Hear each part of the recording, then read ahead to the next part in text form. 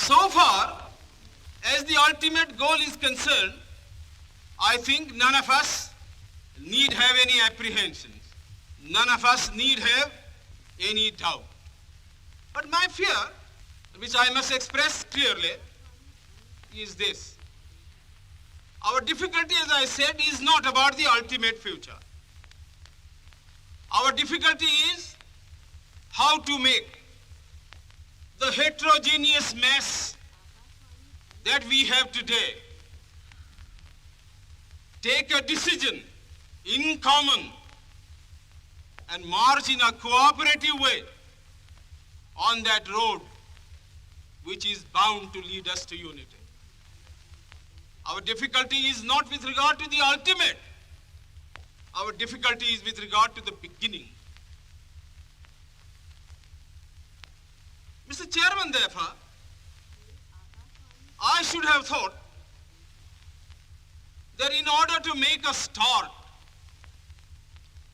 in order to induce every party, every section in this country, it would be the act of greatest statesmanship for the majority party even to make a concession to the prejudices of people who are not prepared to march together. And it is for that I propose to make this appeal. Let us leave aside slogans. Let us leave aside words which frighten people. Let us even make concession to the prejudices of our opponents. Bring them in so that they may willingly join with us on marching upon that road, which, as I said, if we walk long enough, must necessarily lead us to unity. And if I, therefore, from this place, support Dr. Jaikar's amendment, it is because I want all of us to realize that whether we are right or wrong, whether the position that we take is consonance with our legal rights, whether that accords with the statement of May 16th or December 16th, leave all that aside. This is too big a question to be reduced to the position of mere legality. It is not a legal question. I say leave aside all these considerations and make some attempt whereby those who are not prepared to come will come. Let us make it possible for them to come. That is my appeal. In the course of the debate that took place, there were two questions which were raised and which struck me so well that I took the trouble of taking them down on a note paper.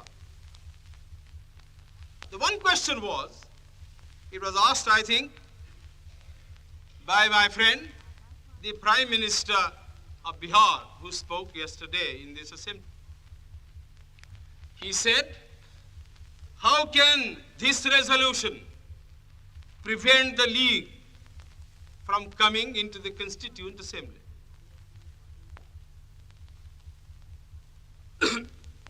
Today, my friend Dr. Shyam Prasad Mukherjee asked another question.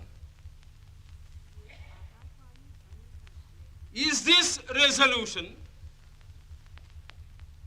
inconsistent with the cabinet mission's proposal?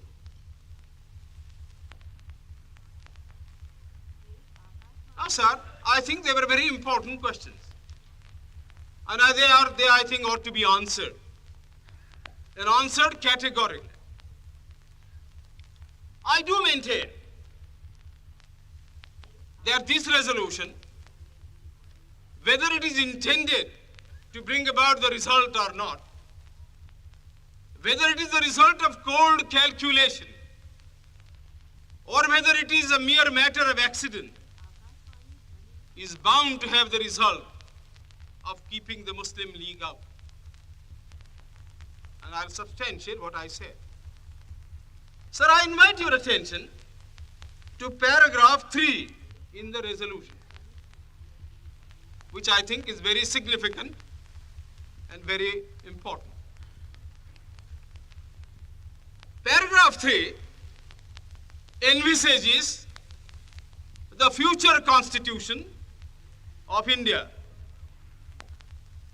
I do not know what is the intention of the mover of the resolution, but I take it that it is a sort of, after this resolution is passed, it will act as a sort of a directive to the Constituent Assembly to frame the Constitution in terms of paragraph 3 of the resolution. What does paragraph 3 speak of? Paragraph 3 says that in this country there shall be two different sets of polity. One at the bottom, the autonomous provinces or the states, or such other areas as care to join a united India.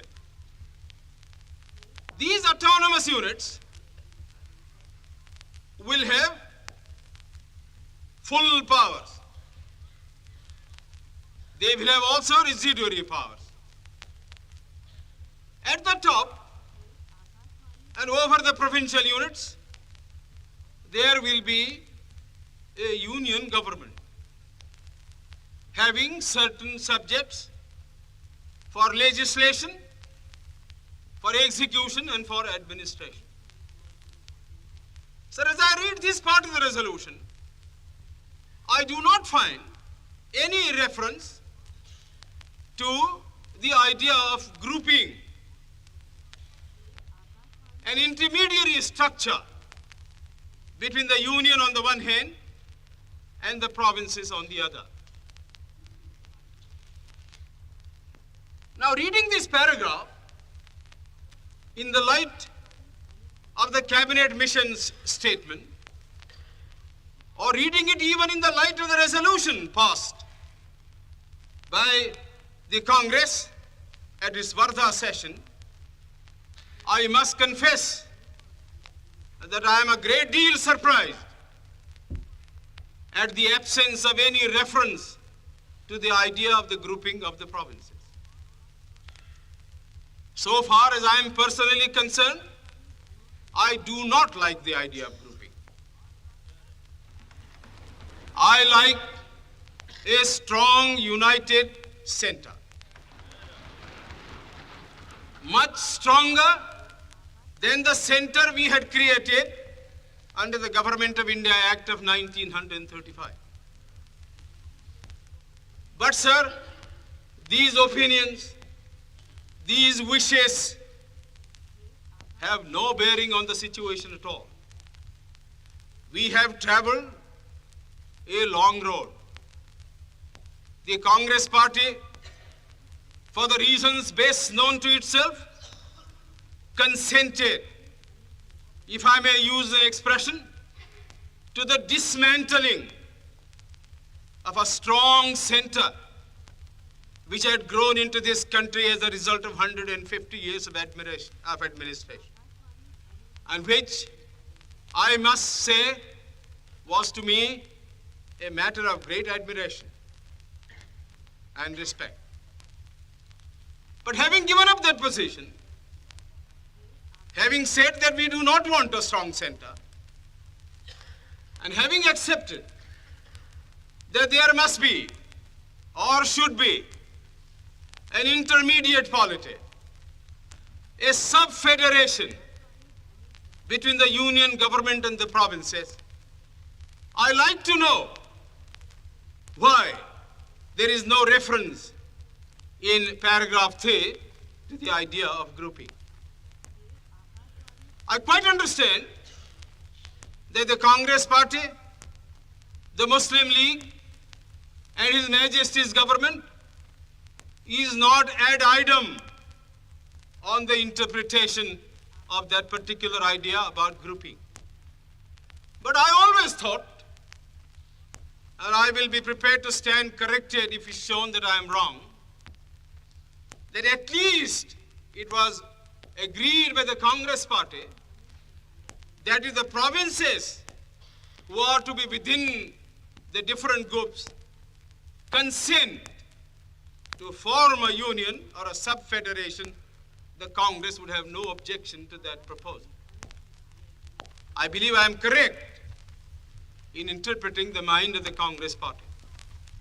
So the question that I ask is this: why did not the mover of this resolution make reference to the idea of having a union of the provinces or a group of provinces on the terms on which he and his party was prepared to accept? Why is the idea of union completely effaced from this resolution? I find no answer.